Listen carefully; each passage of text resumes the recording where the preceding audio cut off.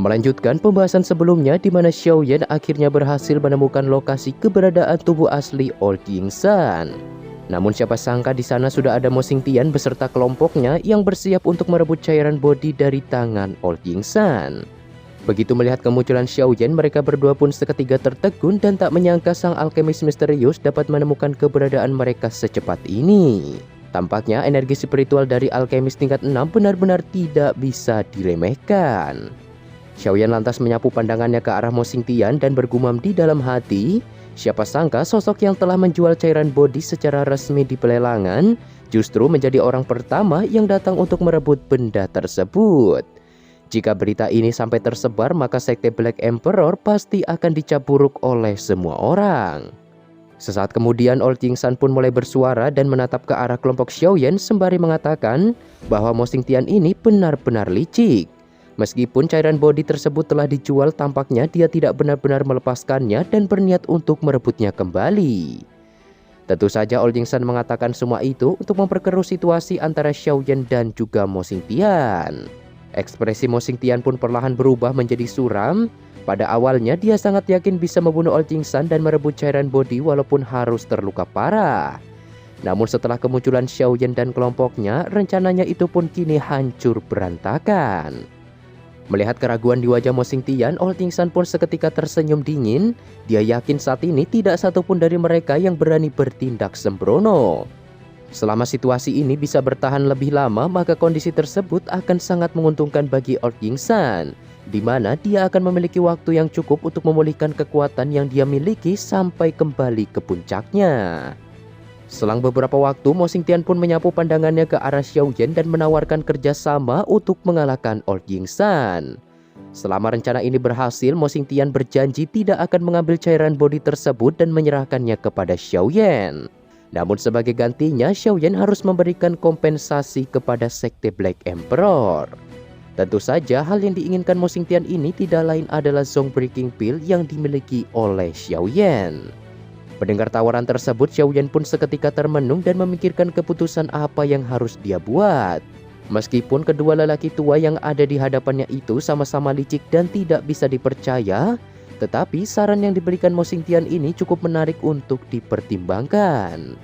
Tepat ketika Xiao Yan akan menyetujui rencana kerjasama tersebut, sebuah suara pun tiba-tiba bergema di langit yang mengatakan, "Pemimpin sekte Mo, jika kau ingin mencari rekan untuk bekerja sama, bukankah Demon Flame Valley adalah pilihan terbaik?"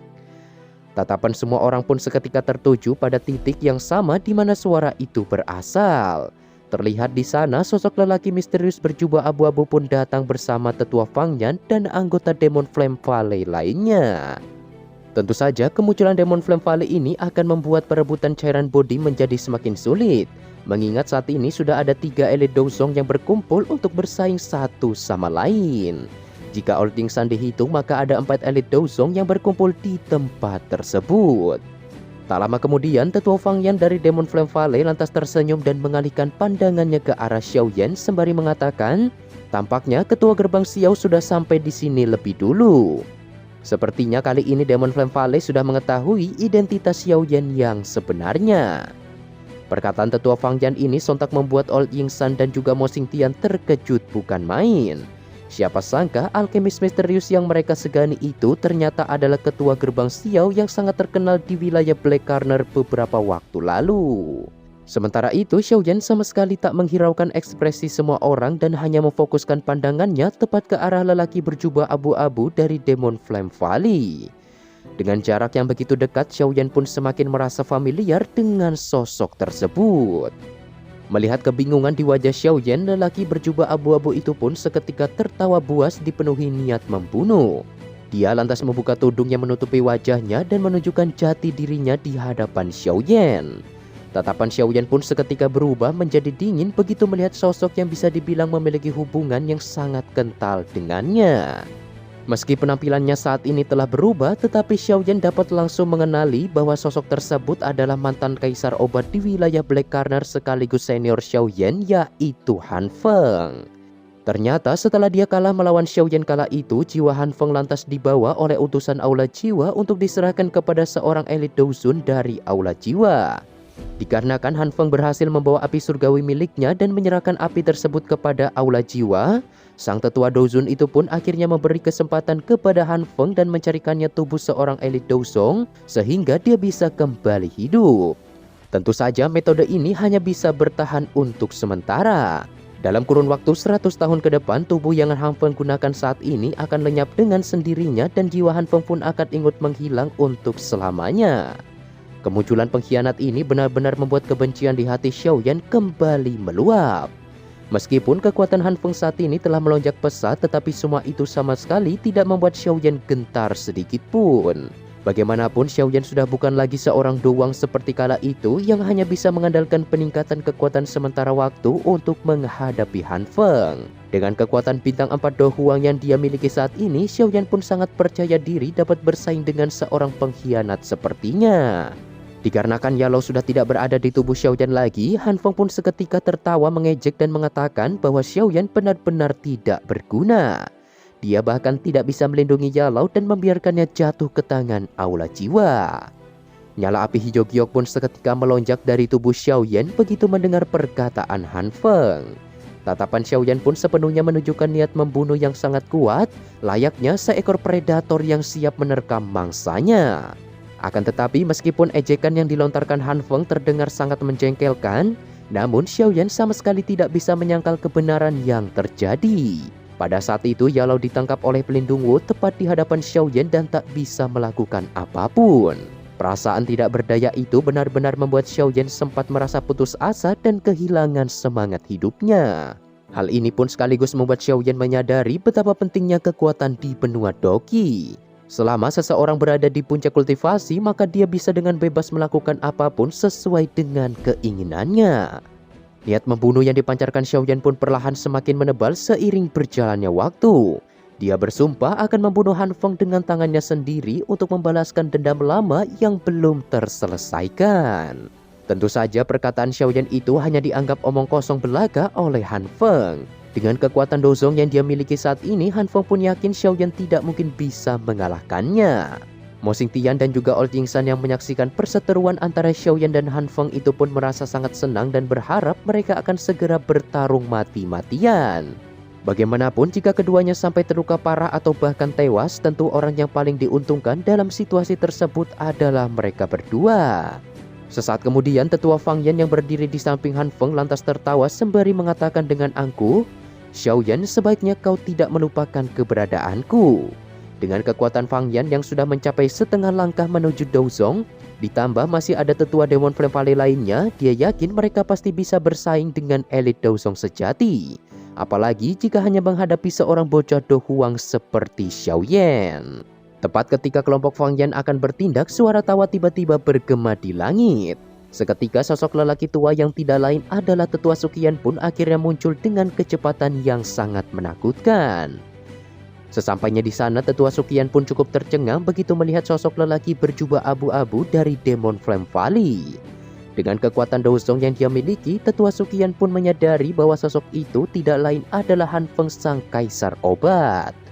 Sementara itu, kehadiran tetua Suqian ini tentu membuat Mo Xingtian dan juga Old Yingsan menjadi lebih waspada. Selang beberapa waktu, Xiaoyan lantas bertanya kepada tetua Suqian bagaimana situasi di tempat sebelumnya. Tetua Suqian pun menjelaskan bahwa avatar spiritual milik Old Yingsan telah menghilang beberapa waktu lalu. Oleh karena itu, dia pun bergegas mengikuti jejak yang ditinggalkan Xiaoyan dan akhirnya sampai ke tempat tersebut. Xiaoyan pun seketika terkejut dan langsung menyapu pandangannya ke arah Old Yingsan. Di saat yang bersamaan, sebuah kekuatan spiritual pun melonjak hebat dari tanah dan segera memasuki tubuh lelaki tua itu. Dalam hitungan detik, kekuatan lelaki tua itu pun terus meningkat dan hampir pulih ke kondisi puncaknya. Seketika, semua ahli yang berada di sana pun menyadari bahwa Old Yingsan telah memanfaatkan perselisihan yang terjadi sebelumnya untuk menarik kembali avatar spiritual miliknya. Pada saat ini, kekuatan Old Yingsan jelas tidak jauh lebih lemah dengan elit Dozong yang berkumpul di tempat tersebut. Melihat kekuatan Old Yingsan telah pulih sepenuhnya, Mo Xingtian pun lantas sedikit tertawa sembari menyapu pandangannya ke semua orang dan berkata, "Aku pikir saat ini bukanlah waktu yang tepat untuk menyelesaikan masalah internal. Bukankah kalian semua datang untuk mendapatkan cairan body yang ada di tangannya? Aku pikir lebih baik kita bekerja sama untuk menghabisi Old King Sun sebelum dia menggunakan keterampilan aneh yang dia miliki untuk melarikan diri." Mendengar saran tersebut, semua orang pun sontak mengangguk dan setuju dengan perkataan Mo Xingtian. Bahkan kelompok Xiaoyan pun memutuskan untuk mengesampingkan masalah pribadi mereka dengan Demon Flame Valley sementara waktu dan fokus untuk merebut cairan body terlebih dahulu. Tentu saja Xiaoyan dan yang lain tidak akan bertindak sembarangan dan harus tetap waspada mengingat pihak lain bisa saja menyerang balik kapanpun mereka mau. Ekspresi Old King Sun pun seketika tenggelam ketika melihat kelompok Xiaoyan benar-benar setuju dengan kerjasama tersebut. Meskipun kekuatannya telah pulih, tetapi menghadapi Elite Dozong serta sekelompok ahli lainnya tentu bukanlah hal yang bisa dia lakukan. Jika situasi ini terus berlanjut, kemungkinan besar dia akan kehilangan nyawanya di tempat ini. Tak menunggu lama, Mo Xingtian pun segera bertindak dan mengajak semua orang untuk menyerang Old King Sun secara bersamaan. Melihat Mo Xingtian datang dengan kecepatan tinggi, Old King Sun pun akhirnya mengeluarkan sebuah senjata yang tampak seperti belati keemasan. Namun di situ Old King Sun sama sekali tidak berniat untuk beradu pukulan dengan Mo Xingtian. Dia lantas melesatkan tebasan belati yang sangat dahsyat ke udara untuk mengecoh Mo Xingtian dan berniat kabur ke dalam hutan secepat mungkin. Namun tepat ketika dia mulai bergerak, Han Feng pun tiba-tiba muncul di hadapannya dan langsung memblokir pergerakan Old King Sun, hingga membuatnya terpaksa harus beradu pukulan dengan Han Feng untuk sementara waktu. Walau hanya sesaat, namun waktu yang diberikan ini sudah cukup bagi Mo Xingtian, Tetua Sukian, serta dokter peri kecil untuk mengepung Old King Sun dari segala penjuru. Melihat 4 elit Dozong kini telah berkumpul dan mengepungnya, Old King Sun pun merasakan ketidakberdayaan yang luar biasa. Dia jelas mengerti bahwa saat ini sudah tidak mungkin baginya untuk tetap mempertahankan cairan body. Oleh karena itu, dia pun akhirnya mengeluarkan sebuah kotak giok di tangannya dan langsung melemparkannya ke langit sembari berkata, "Karena kalian sangat menginginkan benda ini, maka ambillah. Aku akan mengingat dendam ini untuk selamanya." Setelah mengatakan itu, tubuh Old King Sun pun seketika menjauh dari kotak giok tersebut dan melesat ke arah pedalaman hutan. Namun 4 serangan mematikan dari Elite Dozong tiba-tiba meluncur ke arahnya hingga membuat Old King Sun pun terpaksa berhenti dan berusaha menghindari serangan gabungan tersebut. Dengan watak serta sikap yang dimiliki Old King Sun, tentu saja semua orang tidak akan percaya bahwa kotak giok yang dia lemparkan itu benar-benar berisikan cairan body yang sedang diperebutkan oleh semua orang. Melihat ekspresi tidak percaya yang ditunjukkan mereka semua, Old King Sun pun seketika berteriak marah dan berniat mengambil kembali kotak giok tersebut.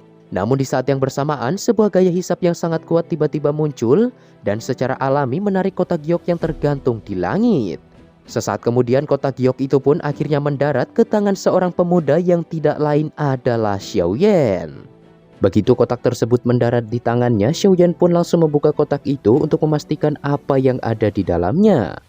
Xiaoyan pun seketika tercengang ketika melihat bahwa cairan body benar-benar tersimpan di dalam kotak giok tersebut. Semua orang pun sontak tertegun melihat cairan body yang mereka perebutkan kini telah jatuh ke tangan Xiaoyan. Siapa sangka dengan sikap yang dimiliki Old King Sun, dia akan benar-benar melepaskan cairan body begitu saja. Seandainya mereka tahu kotak yang dilempar sebelumnya bukanlah tipuan, tentu saja mereka akan langsung berlomba-lomba untuk memperebutkannya. Di samping itu, Mo Xingtian pun lantas berteriak marah ke arah Old King Sun. Sebelumnya dia jelas sudah menaruh segel di atas cairan body tersebut. Namun saat Old King Sun melemparkan kotak giok sebelumnya, Mo Xingtian sama sekali tidak bisa merasakan jejaki yang dia tinggalkan sedikit pun. Oleh karena itulah dia tidak bertindak dan fokus untuk menyerang Old King Sun. Melihat ekspresi marah di wajah Mo Xingtian, Old King Sun pun sedikit tertawa dan mengatakan bahwa dia bukanlah orang bodoh. Tentu saja dia sudah menghapus jejaki yang ditempatkan oleh Mo Xingtian sebelumnya. Di saat semua orang tampak sedikit lengah, Han Feng pun memanfaatkan kesempatan ini dan langsung bergerak dengan kecepatan kilat untuk merebut cairan body yang berada di tangan Xiaoyan. Melihat pergerakan itu, Xiaoyan pun segera mengaktifkan teknik langkah 3000 petir dan berhasil mundur beberapa ratus meter ke belakang. Di situ Tetua Sukian, dokter peri kecil dan juga Xian pun segera berkumpul untuk membantu melindungi Xiaoyan. Ekspresi Han Feng pun perlahan berubah menjadi suram. Dia lantas memerintahkan seluruh anggota Demon Flame Valley untuk bergerak dan mengepung kelompok Xiaoyan. Melihat tindakan Han Feng itu, Mo Xingtian pun tak tinggal diam dan memutuskan bergabung dengan Demon Flame Valley untuk mengalahkan Xiao Yan dan kelompoknya. Descriptive like an adjective. I got a vendetta against people who patented being negative when you should be getting after it.